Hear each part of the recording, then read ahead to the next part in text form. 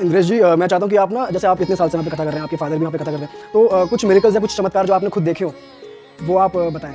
Actually क्या है, चमत्कार लोग उसको समझते हैं जो रियल लाइफ में नहीं हो सकता।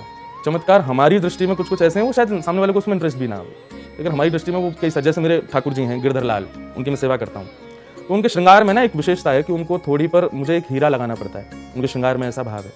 तो एक बार मैंने वो हीरा, मुझे मिला नहीं, इतने छोटे से हैं कि वो हीरा मैं नहीं लगा पाया।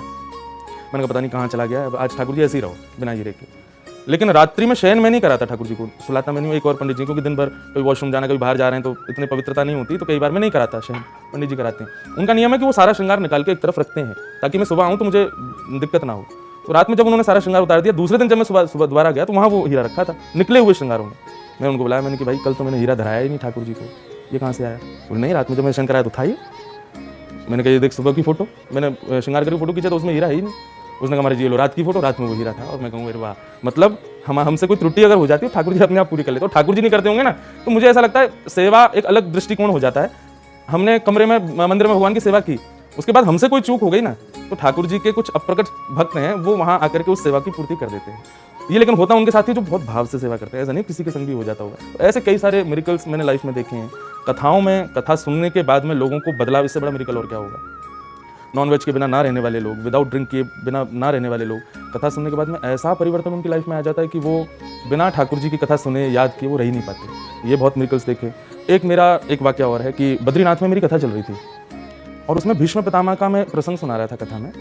तो भीष्म पितामह कौरवों के पक्ष के थे, पर वो भगवान के बहुत बड़े भक्त थे। उनसे ठाकुर जी ने पूछा, तुम ना मेरे को चुप चुप के याद करते हो, लेकिन तुम साथ देते हो कौरवों को, ऐसा क्यों करते? तो भीष्म पितामह का आंसर इतना बढ़िया था, बोला प्रभु अगर मैं पांडवों के पक्ष में रहता ना, तो या तो आपके राइट में खड़ा होता है या आपके लेफ्ट में, और बाई चांस आप मेरे ही साथी बन जाते तो आपके पीछे। आपका दर्शन कैसे होता है मेरे को? क्यों? पांडवों में युधिष्ठिर, भीमसेन आदि ये सब तो अगल बगल में खड़े हैं ना, आपको साइड से ही देखते हैं। अर्जुन तो आपके बैक को ही देखता है, आपको सामने से देखने का अवसर तो कौरवों की तरफ से मिलता है। इसलिए मैं कौरवों के पक्ष में गया ताकि आप मुझे दिखते रहो। भगवान बोले वाह भाई, इसके लिए तुमने कौरवों का पक्ष भी करके बोले हाँ। तो भीष्म पितामह का मैं प्रसंग सुना रहा था। बहुत अच्छी कथा है कि जब उनको बाण लग गए पूरे रोम रोम में, तब उसके बाद मृत्यु सामने खड़ी थी।